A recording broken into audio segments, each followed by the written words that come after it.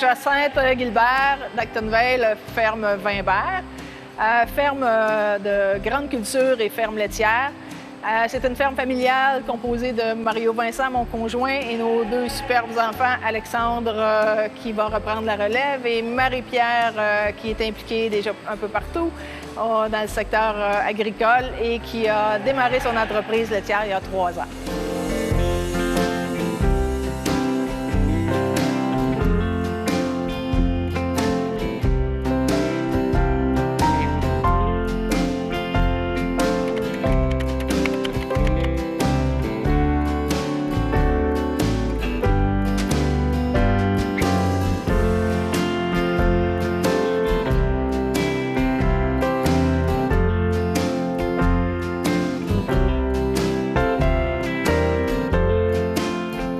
Mon entreprise, c'est Ferme Vimbert. Notre entreprise est située à Actonville.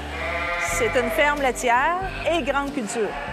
Donc, chez moi, c'est une ferme qui date quand même de plusieurs générations. C'est mon grand-père qui a acheté la ferme appartenant à son frère.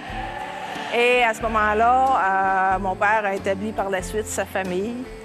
Et mon grand-père a eu 16 enfants. Donc, on parle des années 1908 où l'entreprise est achetée par mon grand-père. Et à ce moment-là, il y avait plusieurs bouches à nourrir et mon grand-père était quand même une personne visionnaire. Il a développé la petite entreprise en développant un secteur acéricole, côté volaille, côté laitier. Il y a eu un boisé pour aller bûcher son bois. Et quand les enfants ont grandi, mon père, quand il a quitté la maison, a acheté le secteur laitier. C'était quand même une petite ferme à l'époque, mais c'était quand même quelque chose qui pouvait faire vivre une famille. Et alors, à ce moment-là, moi, j'ai fait partie d'une petite famille, 4 enfants. Je suis la cadette.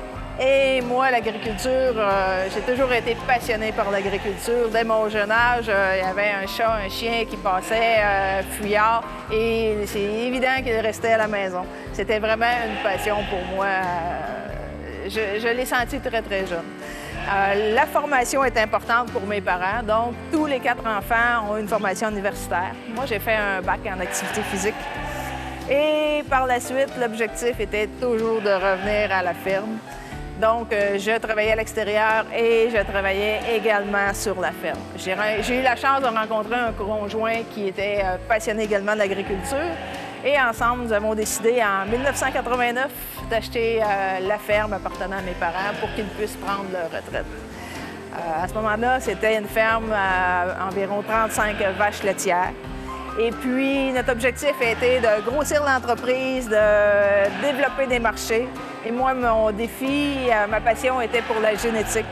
Donc, nous avons développé un secteur laitier vraiment intéressant. Nous avons développé un marché à l'international, vente d'embryons en Japon, Allemagne, France et même en Corée, les derniers marchés que nous avons développés. Donc, c'était vraiment, vraiment intéressant de voir l'évolution de l'entreprise de ce côté-là. En parallèle, nous avons acheté 5 autres fermes pour agrandir le secteur des sols, pour avoir un équilibre dans l'entreprise entre le secteur laitier et le secteur de céréales grande culture. Les enfants sont apparus dans le portrait et eux aussi, je crois qu'on a semé un petit gène de passion agricole. Donc, les deux, maintenant, sont impliqués sur la ferme. Marie-Pierre, l'aînée, qui a démarré sa propre entreprise laitière il y a 3 ans. Elle gère seule son topo laitier et les travaux sont faits en commun avec la ferme commune, dont Alexandre, le garçon, va prendre la relève dans les prochaines années. Donc, ça fait vraiment un partage intéressant. Les 2 enfants vont pouvoir développer leur propre philosophie d'entreprise en ayant un point commun puis partager des tâches communes. Donc, c'est un petit peu notre philosophie au niveau de l'entreprise.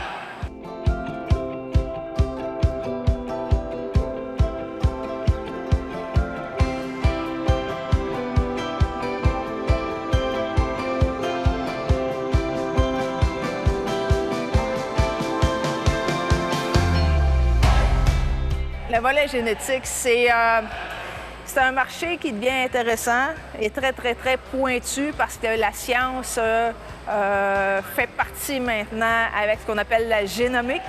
On doit prélever des tests de poils de l'animal qui est envoyé analyser aux États-Unis. Et même avant la naissance de l'animal, si on va prélever des cellules ou à base de poils, dès que l'animal est très, très jeune, on peut savoir exactement les caractères futurs, le potentiel de l'animal dans l'avenir. Donc, dès qu'on envoie l'information, ça devient public et on peut recevoir un téléphone de l'Europe, de l'Allemagne, pour nous dire que ces gens-là sont intéressés à l'animal en question. Donc, c'est vraiment quelque chose de très pointu. On essaie de faire les meilleurs croisements avec les meilleurs sujets dans le monde.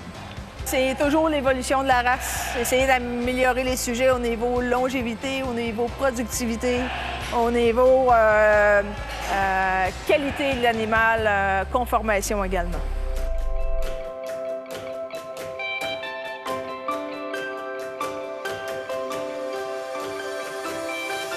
L'industrie laitière, c'est un marché vraiment intéressant. Mais actuellement, il faut entrer un peu au niveau politique, avec les nouveaux accords qui ont été signés l'automne dernier avec nos libéraux, M. Trudeau. On passe une période vraiment difficile où on nous demande d'avoir des normes supérieures aux autres pays et on donne accès à notre marché sans exiger les mêmes normes de production. Donc, il y a vraiment un déséquilibre qui se crée actuellement. Il va falloir que les gouvernements nous fassent vraiment un signe important, nous informant qu'ils sont prêts à défendre les fermes laitières et les appuyer. Non pas juste défendre de façon théorique, mais au quotidien, nos gouvernements doivent appuyer de façon massive nos entreprises agricoles. Parce qu'on vient de perdre des grandes parts de marché et on dirait pour l'instant que le gouvernement dit une chose et n'agit pas de l'autre côté. C'est vraiment triste pour la relève. Moi, je pense plus à nos relèves, à nos jeunes qui doivent travailler 7 jours par semaine, 365 jours par année et avec un taux d'endettement vraiment important. Donc, le gouvernement, au lieu de plus tard être obligé de aider des gens à redémarrer des entreprises, pourquoi ils ne les supportent pas déjà maintenant et aider nos jeunes vraiment à se lancer en agriculture?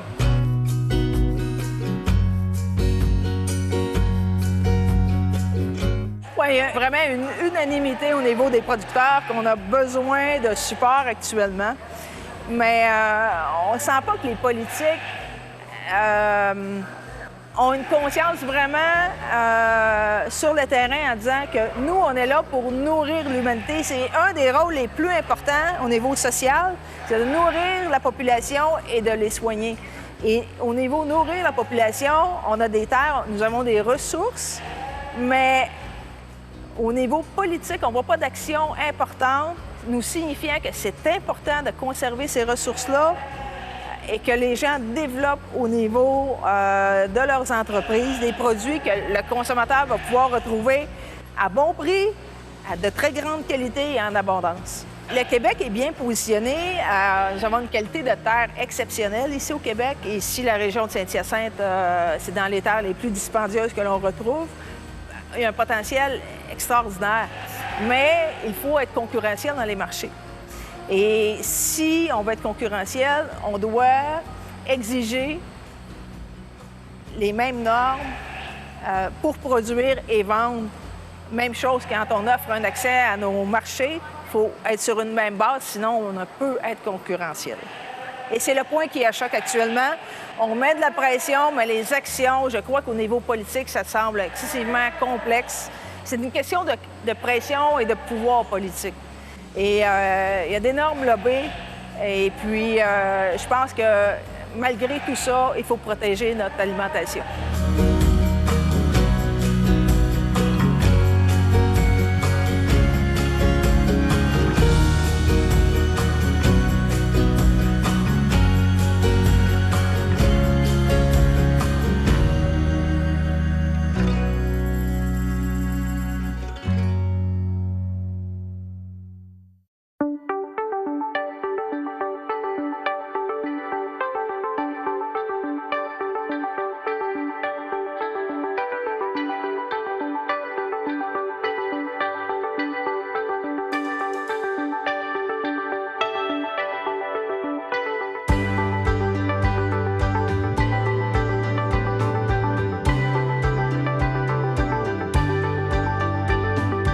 Quand on parle de bien-être animal, c'est de faire en sorte que l'animal soit bien dans son espace, qu'il y ait assez d'espace aussi pour être capable de... qu'il y ait l'espace adéquat pour ses besoins. Qu'est-ce qu'on doit faire? On doit respecter les normes d'espace, dans le fond. Chaque animal a besoin de son espace. Fait que dans notre cas à nous, je vais parler pour nous, nous autres, on est dans une ferme adaptée, dans le fond. Les animaux viennent à l'intérieur, nous autres, sont comme libres. Donc, ils vont à l'extérieur, ils ont accès au champ, mais ils peuvent venir à l'intérieur pour avoir accès à l'eau. L'hiver, on est restreint dans un espace... L'espace qui est réservé l'hiver n'est pas la même que celle l'été. L'été, on les envoie au champ. Dans l'élevage de boucherie, nous autres, sont vraiment à l'extérieur l'été.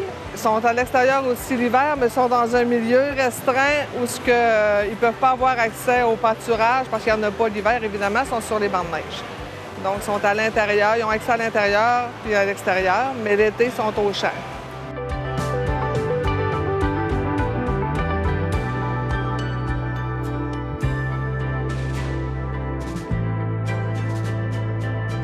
Moi, mon lait de la ferme s'en va à un transporteur qui arrête à la ferme, qui ramasse le lait de plusieurs producteurs et l'emmène à un centre, nous, c'est souvent AgroPur, qui va transformer le lait soit en lait, en crème, en beurre, crème glacée, fromage.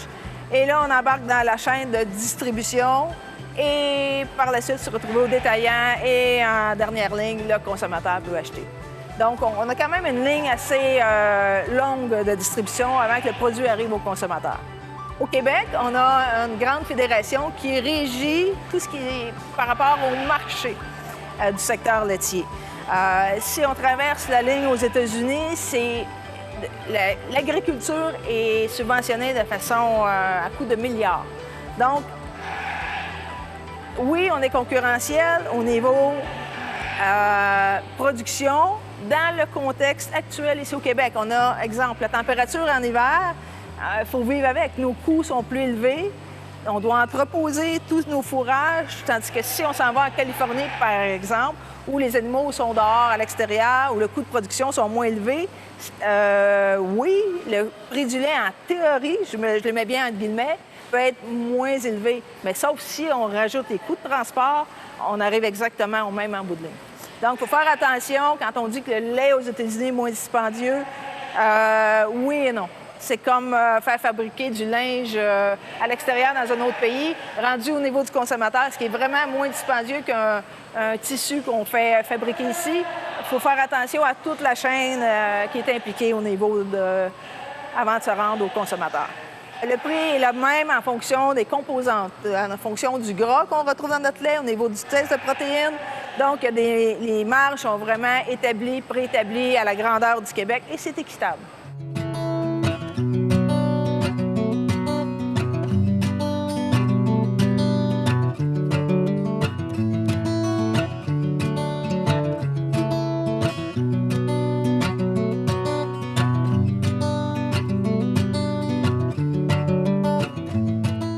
En général, je te dirais que la relation d'un consommateur face au producteur, moi, je peux parler pour moi parce que ça a toujours été une sensibilité de notre ferme. La limite de notre ferme côtoie la ville. Donc, j'ai toujours eu une réflexion lorsque je pose une action pour être en bon covoisinage avec mes voisins, qui est la ville. Au niveau des pendages, au niveau de mes pratiques culturelles, au niveau de l'information que je peux emmener aux consommateurs. Avant, dans nos familles, il y avait toujours un oncle, une tante, un frère qui avait une entreprise laitière ou une grande culture ou de céréales ou peu importe. On était branchés à l'agriculture. Aujourd'hui, c'est plus le cas. Donc, l'importance de donner de l'information, de répondre aux questions, de vulgariser, je pense que ça fait partie de notre mandat en tant que producteur agricole.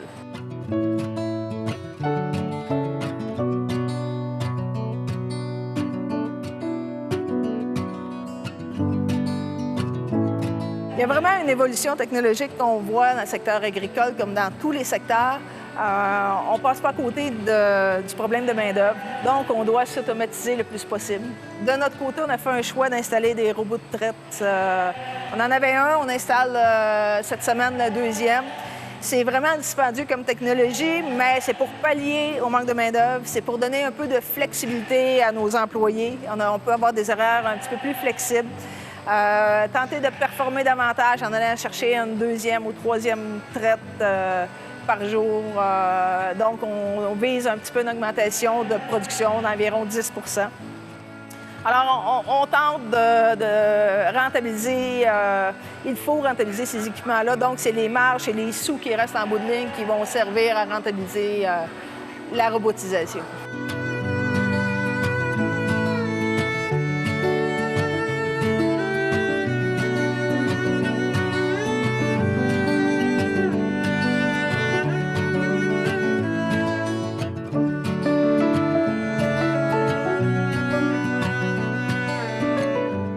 Ah, les défis, on en a et on en relève. Ça n'arrêtera jamais, les nouveaux défis en agriculture. Pour l'instant, c'est de conserver nos marchés.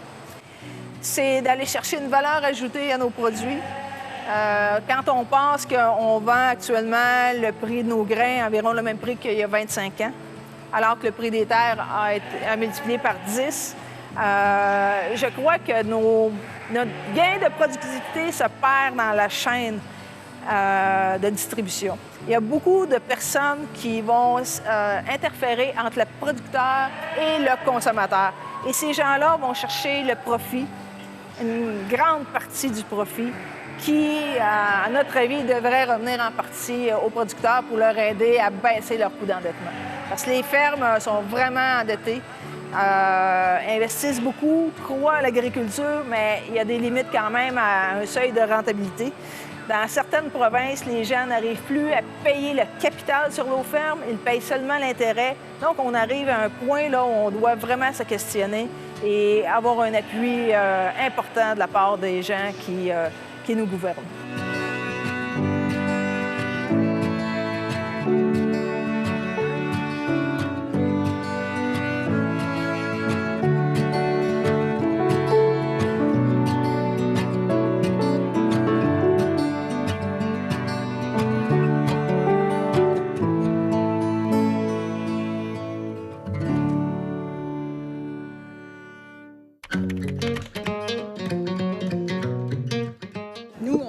Pas mal local parce que le veau qu'on achète, il a été élevé chez un éleveur.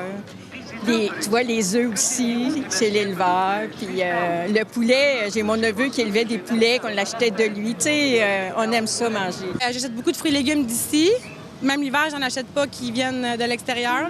J'attends d'avoir des produits frais d'ici. Oui. Non, ça n'a pas vraiment d'importance que ça soit local ou pas, mais faut savoir d'où ce que ça vient. Qu'est-ce que ça a mangé, puis qu'est-ce que... Ouais, je pense que c'est ça. Oui, c'est très important. Il faut encourager notre monde local. Ça, c'est ce qu'il y a de mieux, c'est ce qui nous permet de rouler et tout. Puis, ouais. Parce que si on fait juste acheter des produits qui viennent, mettons, des USA ou quelque chose, c'est moins bon pour l'économie locale. Puis c'est bien d'acheter ici pour encourager les agriculteurs qui sont d'ici. Je trouve ça bon. Moi aussi, je trouve ça bon, là, parce que ça encourage le Québec. Même manger local, même magasiner local, parce qu'il faut encourager nos gens d'ici aussi, là. Ben c'est ici. Pourquoi acheter ailleurs quand on habite ici, hein? Je dirais, j'ai le droit de nommer un fruit, genre? Les fraises. Je vais les cueillir moi-même, puis j'ai congèle. Puis l'hiver, ben on mange nos fraises congelées. Bah, à part en hiver, là, mais en été, je trouve que goûte pas mal la même affaire, peu importe quoi la jette.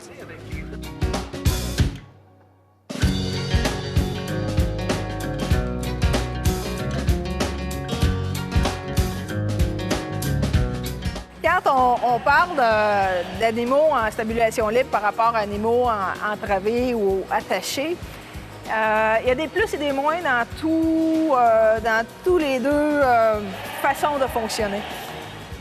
Oui, ils sont libres, mais ils font partie d'une hiérarchie.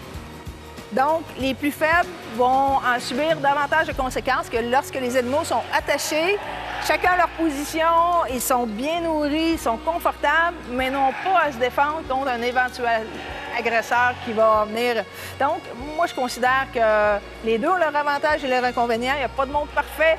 Il faut choisir le système avec lequel on est le mieux habilité à travailler et qu'on apprécie en tant que producteur. Mais les deux systèmes sont excellents quand ils sont bien adaptés et confortables, installés de façon impeccable. À mon avis, il n'y a pas un qui est supérieur à l'autre. Vraiment pas.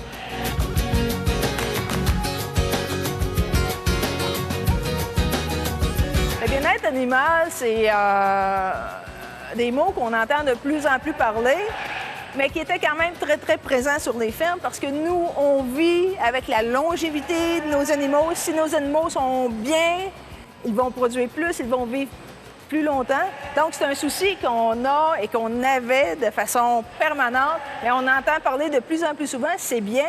Et ça vient aussi de la part des producteurs de faire prendre conscience aux consommateurs que nos animaux, nos fermes, on s'en occupe et on tient à avoir un confort vraiment impeccable.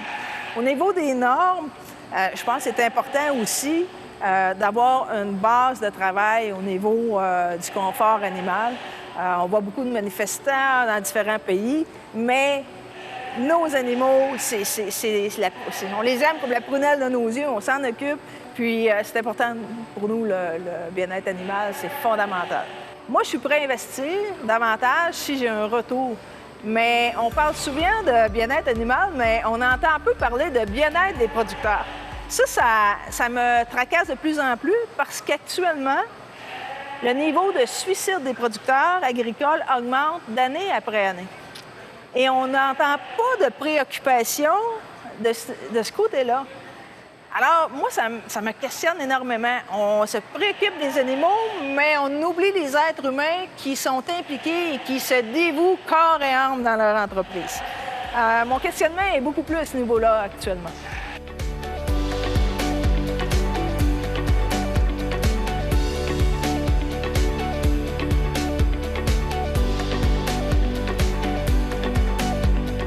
La semaine dernière, on avait une fondation de béton avec des tapis caoutchoutés, mais qui étaient hyper confortables pour les animaux. On a décidé d'aller au-delà de ça. On a enlevé tout ça et maintenant, les animaux sont couchés sur des lits de sable, comme le sable sur la plage. Si l'animal est confortable, il va indirectement produire plus, vivre plus longtemps. Les gens peuvent avoir une réticence au début. Je pense que c'est la base de l'être humain d'être un petit peu réticent face à un changement.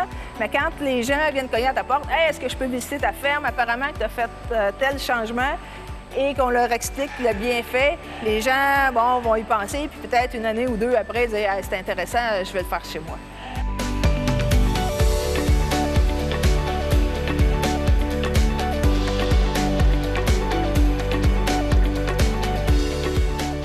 Moi, depuis 30 ans, ça ne me rajeunit pas, nous avons la ferme et nous avons eu 20 ans les animaux en partie attachés et maintenant, depuis 10 ans, une partie attachée et en stabulation libre.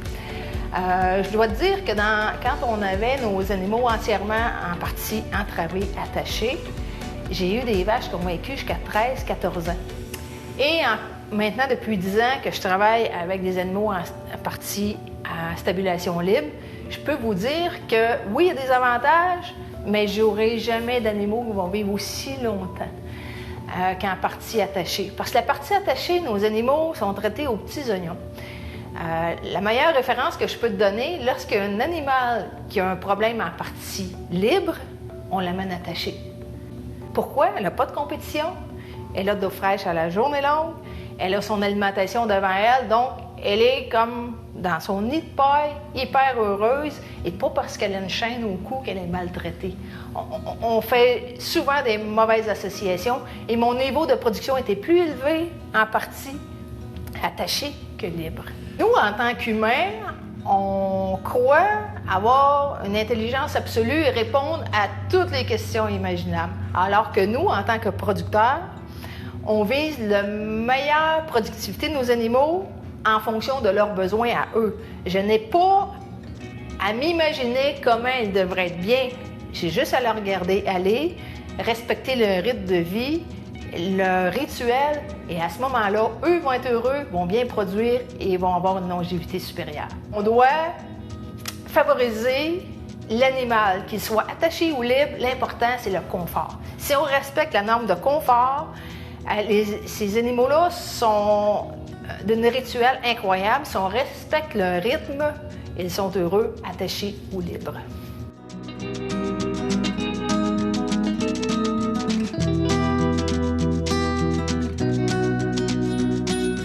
Moi, je t'ai acheté 1 litre d'eau et 1 litre de lait, 2 %. Le litre de lait se vend 1,90 $. Et mon litre d'eau, qu'on ouvre la champleur, qu'on remplit, j'ai payé 2,99 $. Ici, j'ai un investissement de 6 millions avec les normes les plus sévères au monde pour avoir un lait hyper qualité. Et je veux juste lancer une réflexion au consommateur. Est-ce que le litre d'eau coûte plus cher à produire qu'un litre de lait? Et pourquoi à l'épicerie, on remarque une si grande marge de manœuvre, alors que moi, à ma ferme, on le vend à 2,90 sur la tablette, je n'ai à peu près que 70 sous, brut. Qui prend la marge de profit? Je vous pose la question, tout simplement.